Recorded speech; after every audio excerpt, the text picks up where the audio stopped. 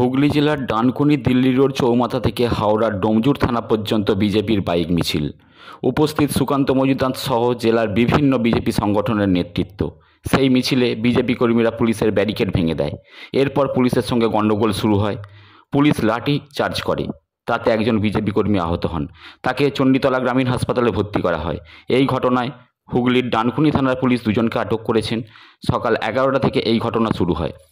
মিছিল ডানকুনি চৌমাথা থেকে দুর্গাপুর হাইওয়েজে ডানকুনি মোড়ে এলে পুলিশের সঙ্গে আবারও গণ্ডগোল শুরু হয়। বিজেপির পক্ষ থেকে দুর্গাপুর হাইওয়েজের রাস্তা অবরোধ করা হয়। এর ফলে দুর্গাপুর হাইওয়েজের রাস্তা অবরুদ্ধ হয়ে পড়ে, ফলে যান চলাচল স্তব্ধ হয়ে যায়। পরবর্তীকালে পুলিশের চেষ্টায় যান চলাচল আবারও স্বাভাবিক হয়। রিপোর্ট নিউজ অগ্নি।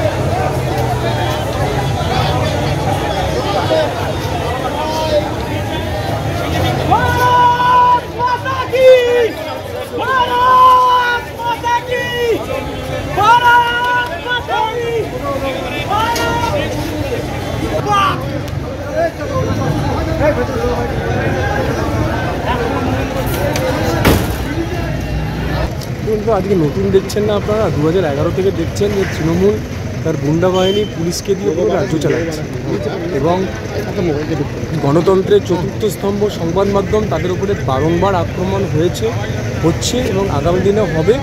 যতদিন এই তৃণমূলের গুন্ডারাজ পশ্চিমবঙ্গে চলবে, এবং তার বিরুদ্ধে আমাদের লড়াই। আমাদের মাননীয় রাজ্য সভাপতি, বিরোধী দল নেতা, আমরা সবাই কার্যকর্তা মিলে পশ্চিমবঙ্গে যেন সুশাসন ফিরে আসে তার বিরুদ্ধে লড়াই করছি।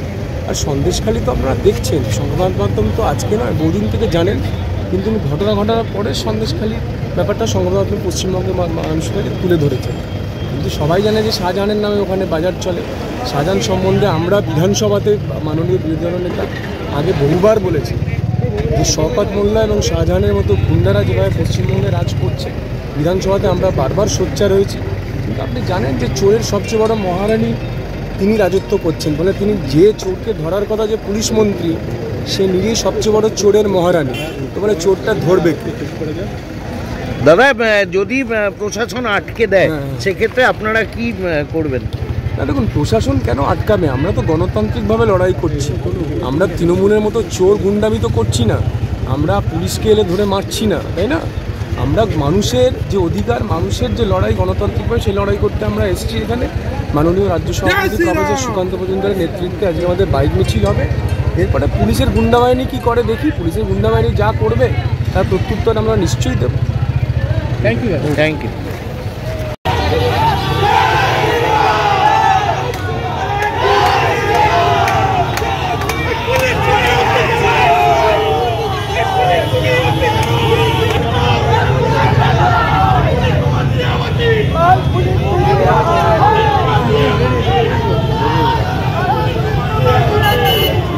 ব্যারিকেড তো আটকাচ্ছেন আপনারা?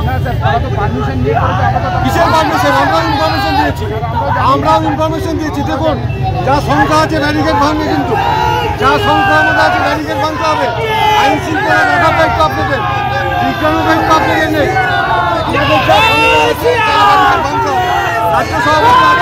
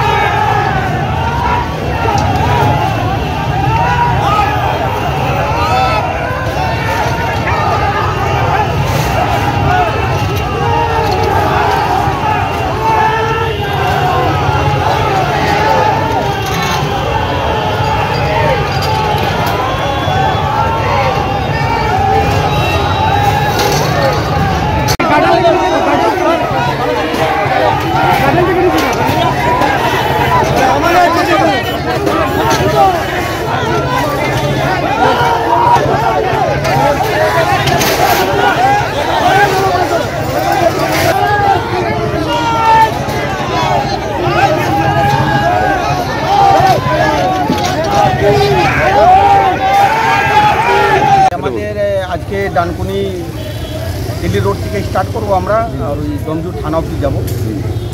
আমরা যেভাবে আপনারা দেখছেন যেভাবে দুর্নীতি চরম সীমা পারের দিকে যাচ্ছে, তার বিরুদ্ধে আমরা এইভাবে আন্দোলন করব, এভাবে র্যালি চলবে, এইভাবে আমরা প্রতিবাদ করব। কারণ কি 1000, 20,000, 10,000 কাকে বলা যায়, এর তৃণমূল নেতাদের ঘরেই পাওয়া যাচ্ছে। মানে মানুষ খেতে পাচ্ছে না। মোদী সরকার রাশন দিচ্ছে, তাহলে পুরো দেশ, পুরো ভারতবর্ষে পশ্চিমবাংলা নিয়েও সবার কাছে মোদিজি চাইছে রাশন পৌঁছে দিচ্ছেন, চাল ডাল নিয়ে সব পৌঁছে দিচ্ছেন। কিন্তু তৃণমূল সরকার কী করছে, মানুষদের টাকা পুরো নিয়ে 9-6 করছে, সব টাকা নিজের নিজের অ্যাকাউন্টে রেখে ট্রান্সফার করছে।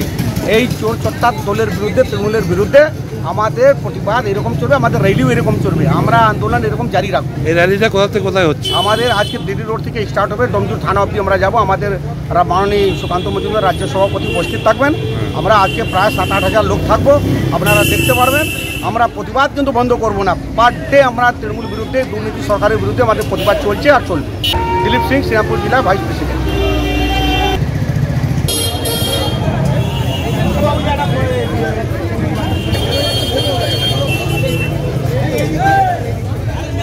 भारत माता की जय, भारत माता की जय। बीजेपी जिंदाबाद, बीजेपी जिंदाबाद, नरेंद्र मोदी जिंदाबाद, नरेंद्र मोदी जिंदाबाद, अमित शाह जिंदाबाद, जेपी नड्डा जिंदाबाद, सुकांत मजुमदार जिंदाबाद।